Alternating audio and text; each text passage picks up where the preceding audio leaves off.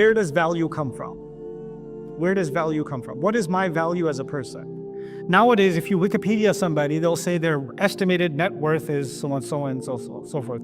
So how is humanity valuing other human beings? By a monetary number. Or in the world of social media, the younger generation might say, what's the value of this person? How many followers do they have? As an influencer, oh, this person has 26 million followers. That's a higher value. This person has 400 followers. They don't have much value. This person has 13 followers. They're barely human, right?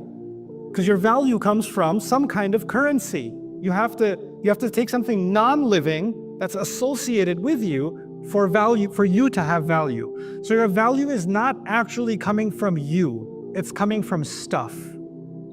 Or it's coming from accomplishments. Again, those are non-living. Titles, degrees, accomplishments, history, family background, that's giving you value, right? Your credentials are giving you value. The ascription of, some elite status, like you belong to the royal family, that gives you value. Money, of course, gives people value. The neighborhood you live in might give you value. The university you might go to gives you value, right? Which is, I think those definitions are about to experience a revolution in the next 10 years. Value systems are changing.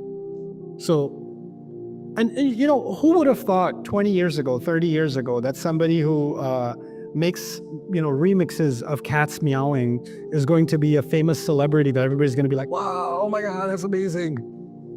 Like, you play a piano when a cat is meowing, and this is your contribution to humanity, right? But human beings can give anything value that's outside of themselves, right? However, the Diagnostic Statistical Manual of Mental Disorders barely addresses money. This is interesting in a capitalist society. We haven't actually studied money disorder much, except in cases of financial deprivation. So we study when somebody loses money and then go depressed and become suicidal and all that stuff. There's more studies on that. It is not mentioned as a possible disorder. Nevertheless, recent research hints at the possibility of a psychology of money, or even a psychopathology of money, with money accumulation potentially meeting the criteria of a behavioral addiction. This can become an addiction. Now, having, read all of this to you, I want to just share with you also from the Islamic tradition and also biblical tradition. What's been said about money? Like Rasul Sallallahu Alaihi Wasallam says in the Tirmidhi, "Inna likulli ummatin fitna." Every ummah, every nation will have a fitna. وَإِنَّ فِتْنَةَ أُمَّتِي الْمَالِ. And the fitna of my ummah is money. It's wealth. Woe to those who join house to house, who add field to field until there is no more room, and you are made to dwell alone in the midst of the land. Isaiah. Meaning people who become conglomerates and keep acquiring, right? He who loves money will not be satisfied with money, nor he who loves wealth with his income. This also is vanity. This is Ecclesiastes. And then Jesus specifically says you cannot worship both God and money, which is similar to what the Quran is saying, and even in a hadith of the Prophet ﷺ, "Ta'isa abdud dinar wa abdud dirham," right? The servant of the dinar and the servant of dirham, may they be destroyed. Now, having said all of that, the concluding discussion I want to have with you on this subject is as follows. Is the Quran then against building wealth, saving money, gathering wealth? Actually, the Quran is against having a small world, where gathering and collecting and hoarding is a goal in and of itself. But when you're gathering money for a purpose, when you're collecting for a purpose, that is actually very much in line with Islam. You have the story of Dhul Qarnain. Allah says, فَأَتْبَعَ سَبَبًا. Allah gave him all kinds of resources, and he used those resources to pursue more resources. أَتْبَعَ سَبَبًا. Why is he pursuing more resources? What's he going to do with these resources? Why is he expanding his empire? Why is he going to places where people don't even speak a language yet, or full-on language yet? Why is he going to uncharted territory where there's mud? Ainin Hami'a. Why is he going to muddy marshland? Right? Like what Orlando used to be before Disney moved there. Why would anybody go there? Like to hang out with the gators?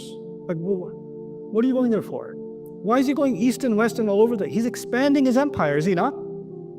And Allah is saying wherever he went, he acquired more resources, and he used those resources to build more resources, and then more resources, and then more resources. But that wasn't his goal. What was his goal? Wherever he goes, he makes sure corruption is put to an end. he makes sure people are not going to get away with doing crime. أَمَّا مَنْ ظَلَمَ فَسَوْفَ نُعَذِّبُهُ. Or if he doesn't have the resources to fight the enemy, at least he will develop the resources to stop the enemy. So he'll build a wall. And if he realizes he's someplace where he can do no good, that's also possible, right? Sometimes you just can't help a situation. You know what? كَذَلِكَ وَقَدْ أَحَطْنَا بِمَا لَدَيْهِ خُبْرًا. I can't help the situation. He let them be.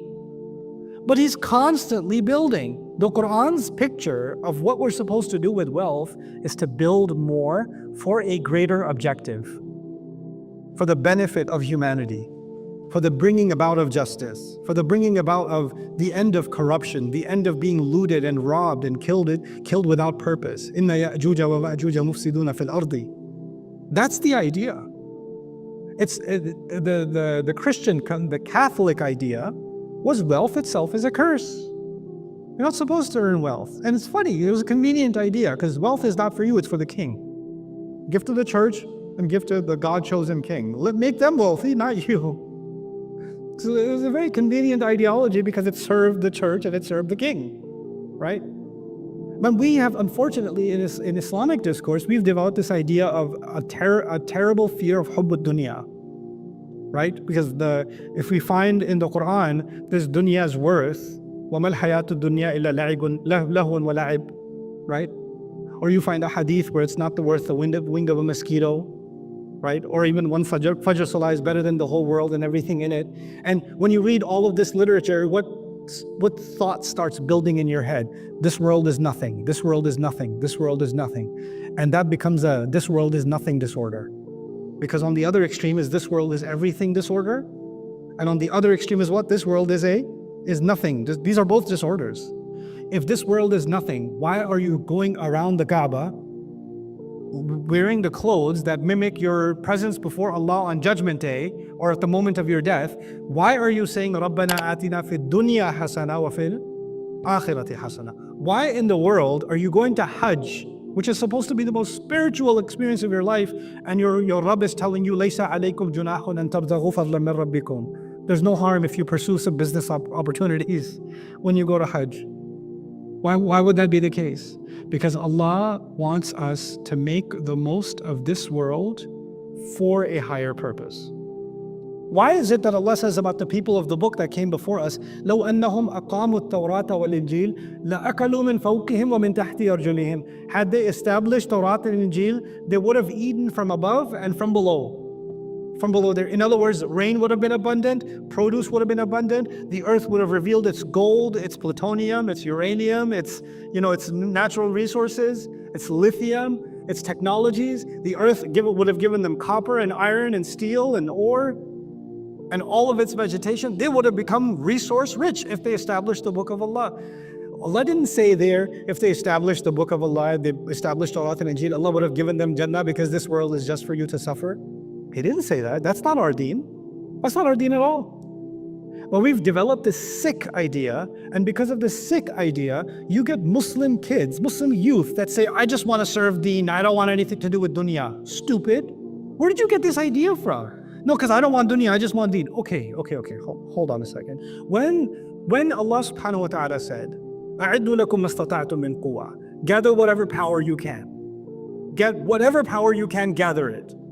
Right? Or مَغْرِبَاتِ الْخَيْرِ. Just contemplate مَغْرِبَاتِ الْخَيْرِ. I talked about it in a few khutbahs before.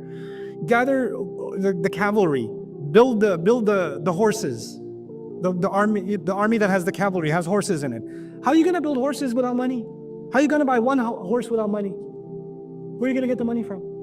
If the Sahaba are all, I don't want dunya, who's going to get the horse, bro? Who's going to get the horse? And by the way, for a horse, you need a stable. You need the ironsmith who's going to build the horseshoes. You're going to need the saddle maker, the horse trainer. You're going to need the fields where the horses can run, the hay that the horses can eat, the land that has to be bought for them. Isn't it a major investment? And Allah just said, just prepare it. Go, make it, prepare it. That means build an entire economy. Build an entire economic system. But it has a higher purpose. It's something bigger. Even the story of Sulaiman alayhi salam is misinterpreted so easily. That is, he forgot to pray Maghrib, and that's why he slaughtered the animals. That's the misinterpretation. First of all, why, and you know, طفق مسحا بالسوق والأعناق. And the misinterpretation is he cut off their legs and its neck, which means he slaughtered an animal viciously, right? Because that's torturing an animal. And Rasulullah ﷺ himself told us, لا تمثلوا نامة الله. Do not make an example, do not mutilate delicate creatures of God. Animal. We don't mutilate animals in this religion. It's evil. And we're okay attributing that to a prophet. And why? Because apparently he missed Maghrib. La hawla wa la quwwata illa billah. If you missed Maghrib and you started beating your kids, right? I missed Maghrib. I was working, you know. You're working at a children's hospital, you're treating children, or you're dealing with the sick, and you were too busy in the surgery and you got late for Maghrib, and you're like, you know what?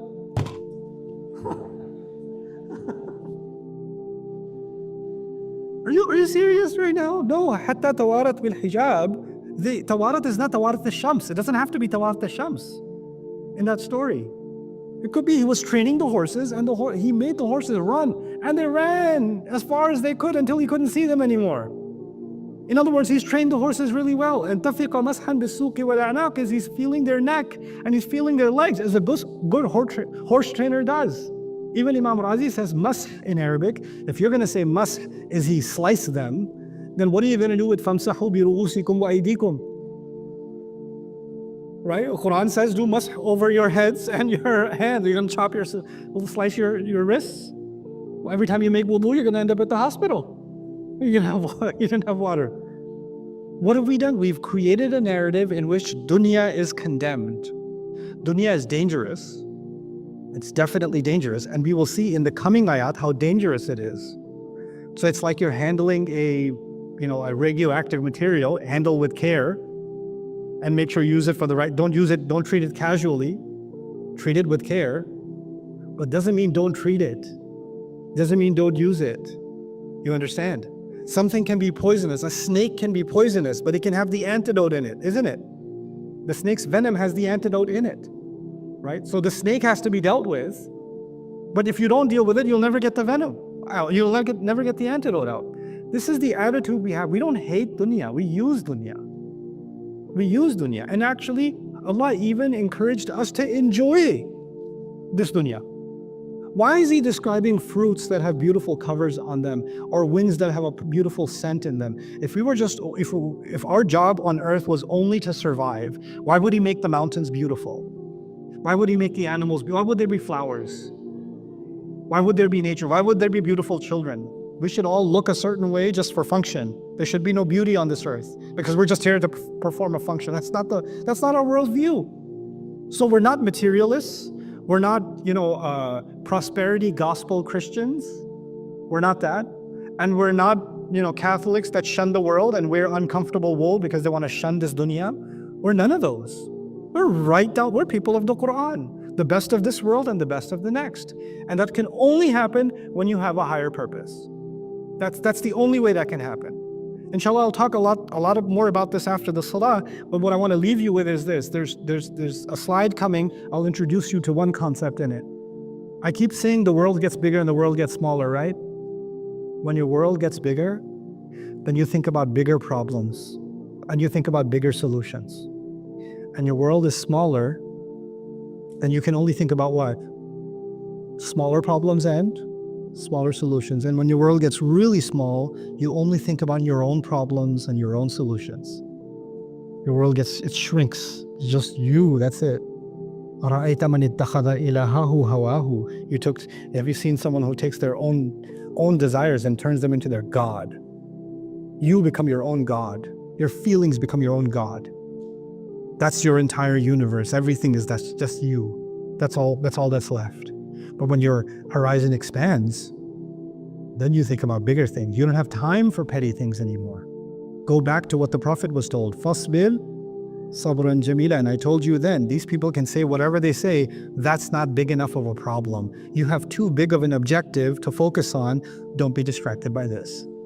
So our iman gives us broader perspective, and it keeps us from being petty and material and ending up in this state. So this addiction and this hoarding Where did it come from? The diagnosis. Where did this sickness start? This is like the final stage of the sickness. Where did this sickness begin? What was the early signs that you've caught the virus or you've got the bacterial infection? That's coming in ayah 19 onwards. So inshallah, we'll discuss that after the salah.